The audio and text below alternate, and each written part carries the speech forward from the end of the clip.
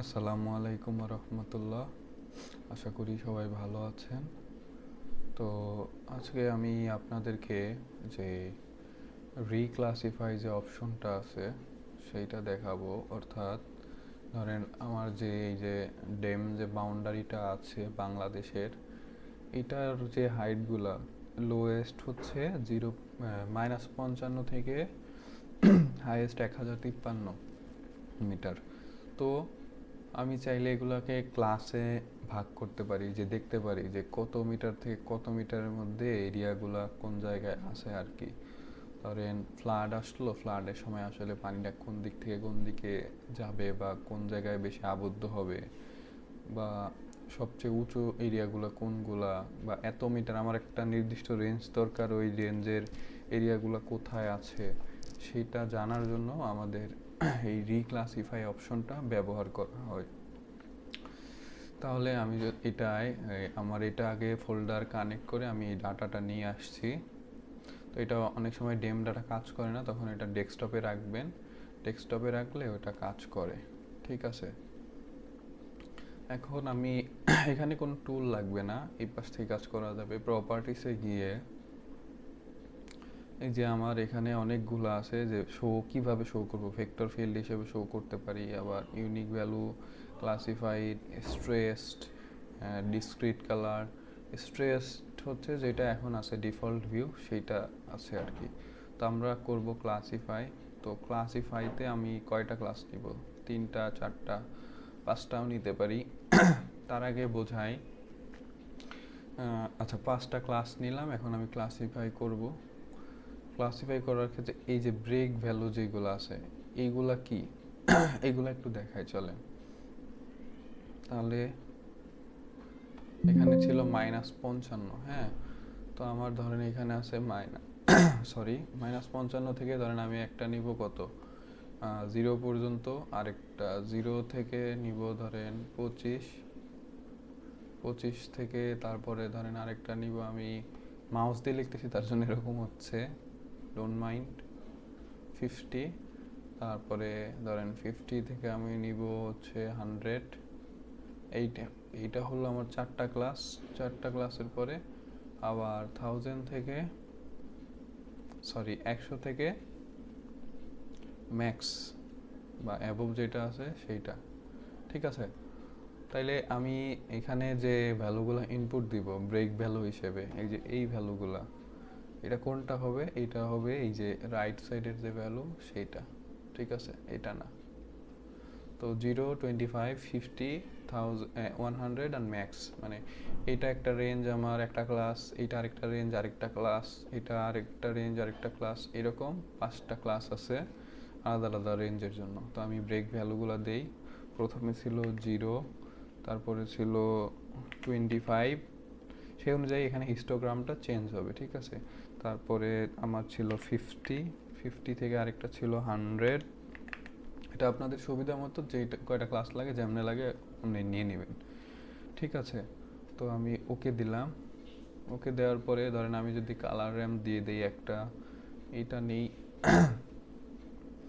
ওকে দিলে দেখেন সুন্দর একটা ম্যাপ আসছে। তো আসলে এটা কি মিন করতেছে, এটা কি মিন করতেছে, এইখানে যে ভ্যালুগুলো আছে -55 থেকে 0, সেটার কালার একরকম।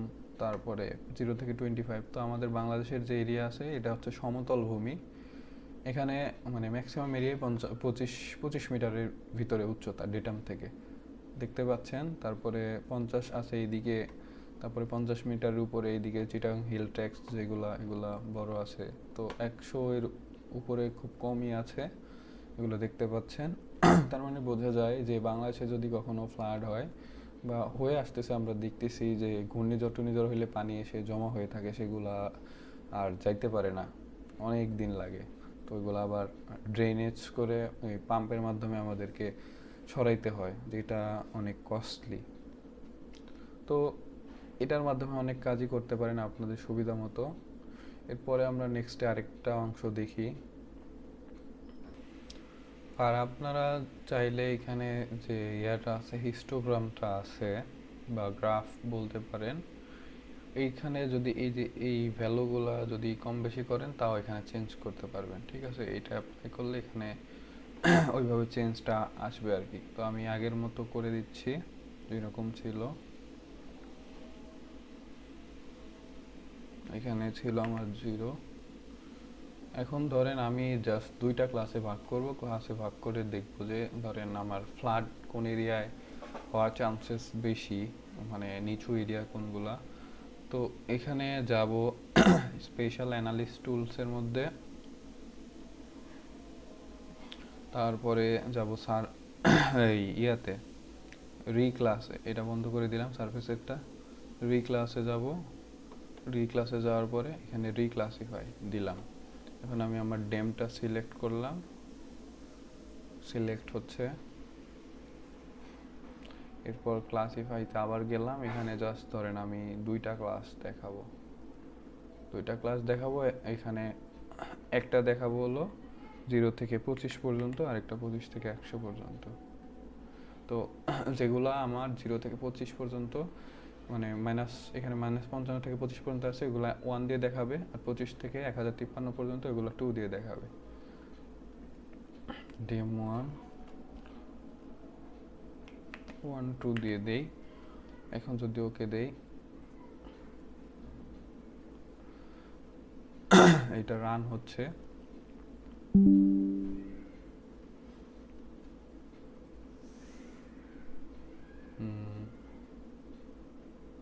অ্যাকচুয়ালি আমি বুঝতেছি না এটা আউটপুট আসছে কিনা। যদি না বুঝেন তখন কাজ করতে পারেন, জিও প্রসেসিং থেকে এখানে রেজাল্ট আছে, রেজাল্টের মধ্যে কারেন্ট সেশন, আচ্ছা চলতেছে, এটা এখনো হয় নাই, হইলে চলে আসতো। এই যে হইলে আগের মতো এখানে চলে আসতো, ঠিক আছে। আচ্ছা আউটপুটটা আসলে আমি দেখাচ্ছি।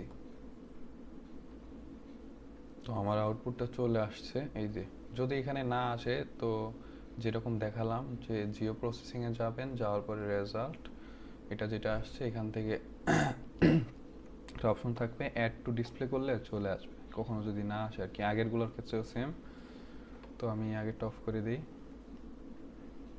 তো এই যে যেটা দেখতে পাচ্ছেন, এটা এই এরিয়াগুলো আমার 1 নাম্বার অর্থাৎ 25 মিটারের মধ্যে আছে আর কি, ঠিক আছে। বন্যা হলে আগে এইগুলাই তলাবে পানির নিচে। তো এইভাবে আমরা ক্লাসিফাই রিক্লাসিফাই অপশনটা দেখতে পারি। এটা অনেক ইউজফুল টুল, আপনারা ইউজ করে অনেক কিছু করতে পারবেন। তারপরে যদি ম্যাপ বানানোর দরকার হয়, লেআউট ভিউতে গিয়ে তো সব এলিমেন্ট দিয়ে ঠিকঠাক করে করে ফেলতে পারবেন। তো ঠিক আছে, সবাই ভালো থাকবেন, আল্লাহ হাফেজ।